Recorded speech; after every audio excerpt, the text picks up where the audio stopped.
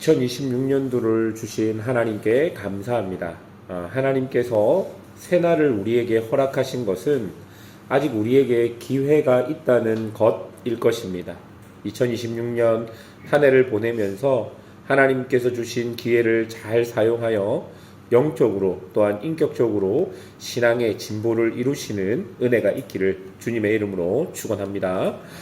2026년 첫 시작을 성경의 시작이라고 말할 수 있는 창세기로부터 시작합니다. 창세기는 하나님의 창조와 인간의 타락 그리고 하나님의 회복의 약속을 정확하게 우리에게 보여주는 책입니다. 창세기를 묵상하면서 하나님의 질서와 주권, 하나님의 섭리를 잘 살펴보면 좋겠다 생각이 들었습니다. 오늘 본문은 하나님의 창조를 셋째 날까지 보여주는 본문입니다. 본문이 우리에게 말하고자 하는 교훈이 무엇인지 한번 살펴보겠습니다. 첫 번째로 본문은 하나님께서 온 땅과 하늘, 만물을 창조했다라고 말합니다. 여러분 1절을 보시면 태초에 하나님이 천지를 창조하시니라 라고 이야기합니다. 하나님께서 특별한 계시로 우리에게 주신 성경에 가장 처음 등장하는 말이 하나님이 창조하셨다라는 것입니다. 여러분 이 말은 설명이나 설득을 우리에게 해주는 것이 아닙니다. 창세기 1장 1절은 설득과 설명이 아닌 선언입니다. 그러니까 하나님이 천지를 창조했다. 너희는 이것을 믿어야 한다. 이것을 믿어줘. 이런저런 모양으로 창조했으니까 진짜처럼 보이지 않니? 라고 성경이 말하는 것이 아니라는 것입니다. 하나님의 창조를 기정사실로 받아들이고 하나님이 창조하셨다 선언하고 그리고 도장을 찍어버리고 있는 것이죠. 왜냐하면 하나님의 창조는 인간이 받아들이지 않아도 인간이 의심해도 절대로 이것은 변하지 않는 사실인 것을 우리에게 보여주기 위해서일 것입니다. 여러분 여기서 창조했다는 이 동사는요, 동사의 형태나 용례로 보면 하나님을 주어로 사용해야 하는 동사입니다. 동사의 형태가 바뀌어 사람에게도 사용이 될 수는 있지만 지금 1장 1절에서 사용된 동사의 형태는 오직 하나님께만 사용될 수 있는 동사인 것이죠. 그러니 강조하는 것이 무엇입니까? 사람이나 다른 존재가 아닌 오직 하나님께서 창조하셨다라고 1장 1절이 강조하고 있는 것입니다. 아까도 얘기했듯이 이것은요, 설명이 아니라 선언입니다. 선포입니다. 변경되지 않는, 변할 수 없는, 인간이 그것을 이해한다고, 이해 못한다고, 인정한다고, 인정 못한다고 변할 수 있는 그런 것이 아니라 그냥 기정사실. 그래서 1장 1절은 우리에게 선언하고 있는 것입니다. 왜 하나님은 이토록 강력하게 당신의 창조를 우리에게 말씀해 주고 계실까요? 창조라는 이 단어 안에 그냥 만드셨다만 있는 것이 아닙니다. 그 만드신 것을 그 만드신 대로 섭리로 보호하고 지키신다는 것까지 포함되고 있는 것이죠. 그러니까 하나님이 우리를 창조하셨다는 것은 지금 나의 모든 삶을 하나님께서 주권적으로 다스리고 보호하시고 인도하신다는 것까지를 포함해서 창조라는 단어로 우리에게 표현해 주는 것입니다.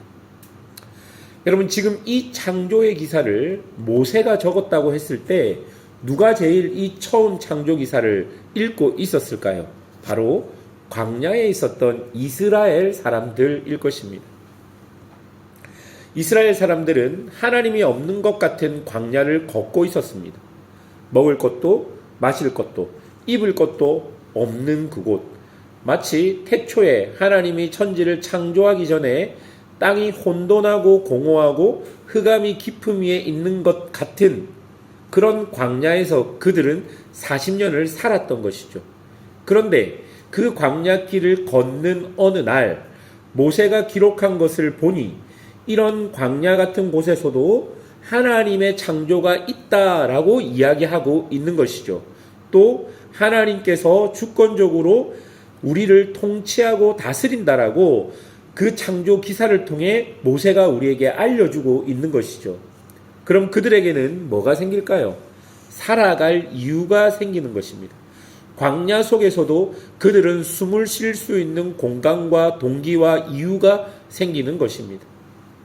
자신들이 혹시 잘못된 선택으로, 엉뚱한 선택으로 이렇게 되었나 생각할 필요가 없는 것입니다. 왜냐하면 하나님께서 섭리로 인도하고 보호하고 있기 때문일 것입니다. 그것이 바로 창세기 1장 1절에서 창조를 선언한 이유일 것입니다. 둘째로 본문은 하나님의 창조의 본질은 혼돈 속에서의 질서임을 우리에게 보여줍니다. 2절을 보십시오. 땅이 혼돈하고 공허하고 흑암이 깊음 위에 있다라고 2절이 기록합니다. 그런데 이 땅을 하나님의 영인 성령께서 마치 독수리가 자기 새끼를 보살피기 위해 둥지 위에서 너풀거리듯이 날개를 펼치시며 그곳을 품고 계시다라고 이야기하는 것이죠. 흑암이 있고 공허가 있고 혼돈이 있는 그 땅을 성령께서 품고 계시다라고 2절은 우리에게 말해주고 있는 것이죠. 그리고 3절에 드디어 하나님이 말씀하십니다. 3절입니다. 하나님이 이르시되 빛이 있으라. 그리고 빛이 어둠에 가득 찬 그곳을 비추기 시작하는 것이죠. 그리고 6절에 궁창을 만드시고 9절에 바다와 땅을 만드십니다. 여러분 보십시오. 하나님께서 말씀으로 혼돈 속에 질서를 부여하시는 것이죠. 혼돈이 가득한 곳에, 공허가 가득한 곳에, 흑암이 깊음 위에 가득한 곳에 이제 하나님께서 당신의 말씀으로, 당신의 뜻대로 질서를 세우게 되는 것입니다.